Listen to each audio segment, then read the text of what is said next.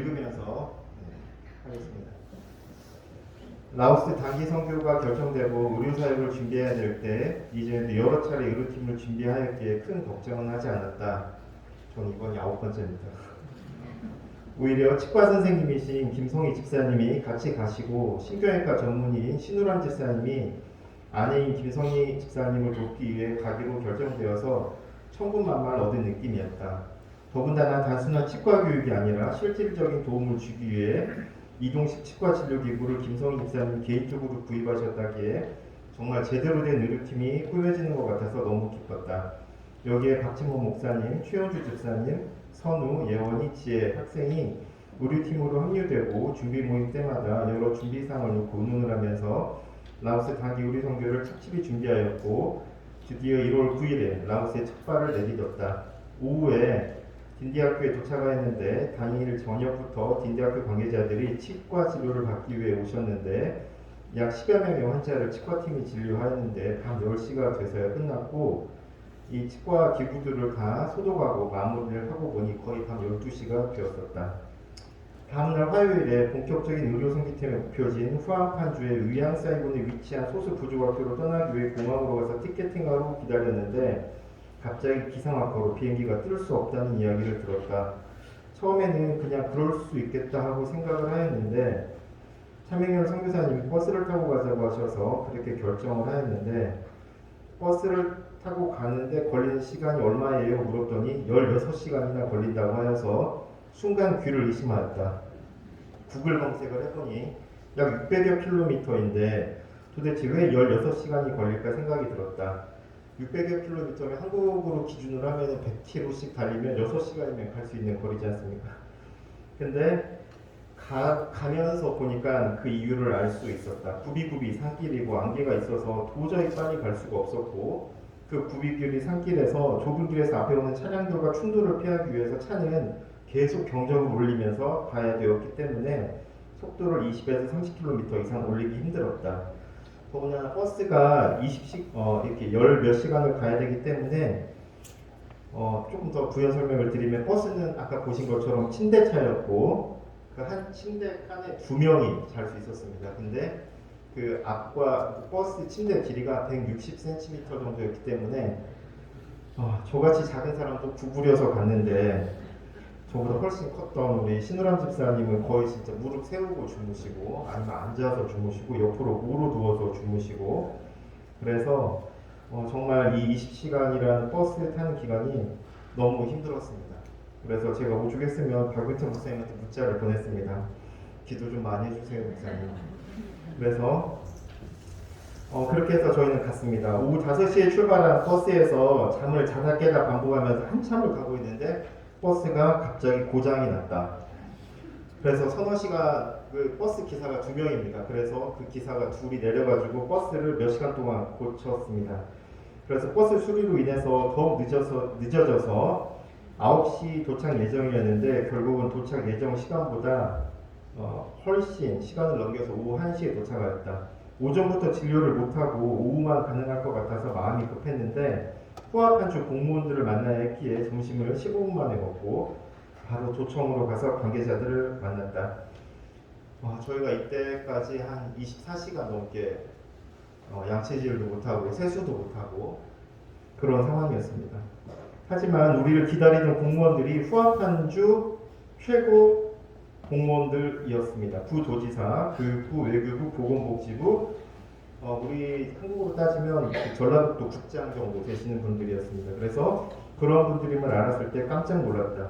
이분들은 어제부터 우리를 기다리고 있었고 알고 봤더니 지금까지 이 지역에 한 번도 의료팀이 간 적이 없었기에 우리에게 거는 기대가 매우 컸음을 알 수 있었다. 이분들과 접견 및 담소를 하고 난 뒤에 우리는 진료 예정 지역인 소수 부족학교로 이동하였고 아까 보시는 것처럼 저희가 그 학교에 갔을 때 그 학생들이 쭉 도열해가지고 라오스 국기와 한국 국기를 번갈아가며 흔들면서 저희를 기다리고 있었습니다. 그래서 그런 것들을 봤을 때 매우 감사하기도 했지만 한편으로는 민망하기도 하였습니다. 우리가 무엇이 반대 우리를 이렇게 기다렸을까. 그래서 우리는 바로 진료 준비를 하였고 한 명 한 명씩 진료를 보기 시작했다.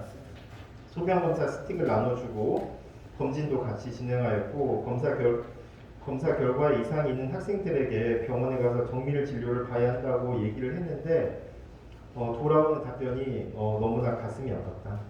저는 말씀드릴 부모님이 없어요 라고 대답을 하여서 같이 진료를 하였던 저희들과 선교사님은 할 말을 잃었습니다. 또한 한쪽 눈이 백내장처럼 하얗게 돼가지고 그 아이에게 왜 눈이 한쪽 눈이 하얗니? 이렇게 물었을 때 어렸을 때 뭔가에 찔렸는데 그 뒤로 치료를 한 번도 받지 못해서 눈은 이쪽 이제 그 동공이 또 망막이 다 손상이 돼가지고 하얗게 되어서 지금 거의 보이지 않는다고 했을 때 저희들이 정말 마음이 너무 아파서 눈물이 나올 뻔한 적도 있었다.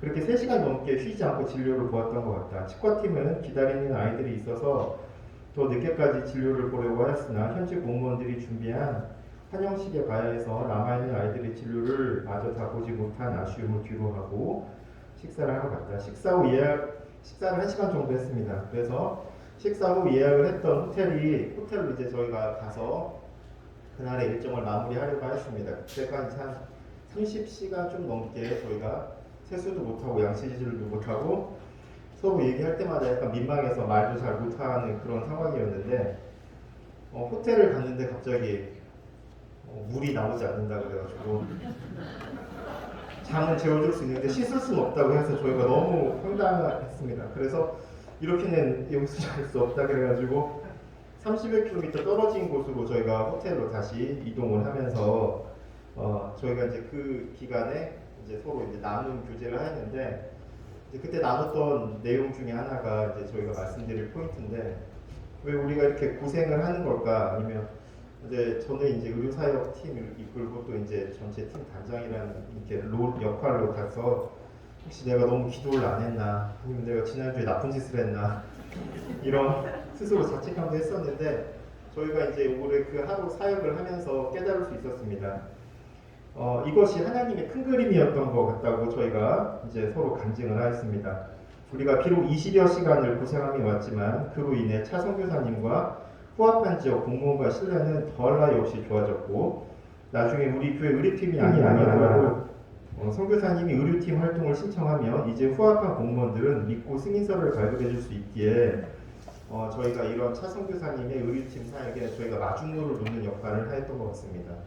조금 뒤 이야기를 말씀드리면 저희가 이게 승인을 받아서 의료팀 활동을 할 수 있었는데 계속 승인을 그 공무원들이 해줬어야 되는데 안 해줘서 가기 한 열흘 전에 승인이 났었거든요. 그래서 하마터면은 조금 사역이 축소될 뻔했었는데 이게 승인이 나면서 저희가 그쪽에 정말 첫 번째 해외 의료팀 활동을 할 수 있어서 차성균님 사역에 큰 마중물 역할을 할 수 있지 않았다 이렇게 생각을 하고 두 번째 간증은 보통 선교사님들이 목숨 걸고 선교한다 이렇게 말씀하시면 그냥 그런갑다 했는데 저희도 이번에 너무 뼈저리게 느꼈습니다. 저희도 같이 한번 목숨까지 건 건 아니지만 그래도 같이 고생을 하였기에 그 차 20시간 타고 갈 때 그게 그냥 길이 대로가 아니라 엄청 꼬불꼬불한 길이어서 낭떠러지 길입니다. 그래서 이렇게 조금만 앞차랑 부딪히면 이렇게 낭떠러지 추락하면 죽을 수도 있는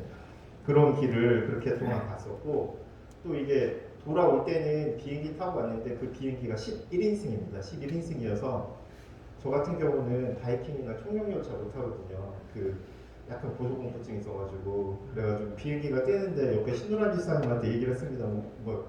너무 보려고 막 멀미 같은 거 하려고 그래서 신우람 집사님한테 친구니까 우람아 나는 버스는 20시간은 너무 힘들어서 못하겠고 비행기는 너무 무서워서 못하겠다.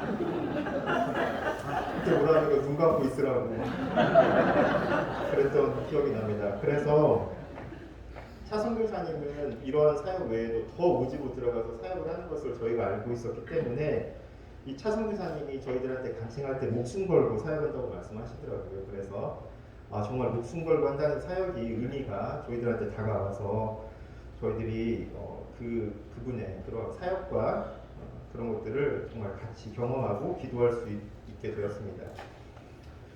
그래서 이 의료팀이 조금 이번에 여러 가지로 고생을 하였지만 이렇게 같이 하나님이 주신 그런 마음들을 같이 공유할 수 있었습니다. 그래서 근데 이런 하나님의 큰 그림을 보여주시고 하나님이 저희들과 함께 하신다는 걸 보여주신다는 그런 하나님께 정말 이 감사와 찬양과 영광을 올려드립니다. 감사합니다.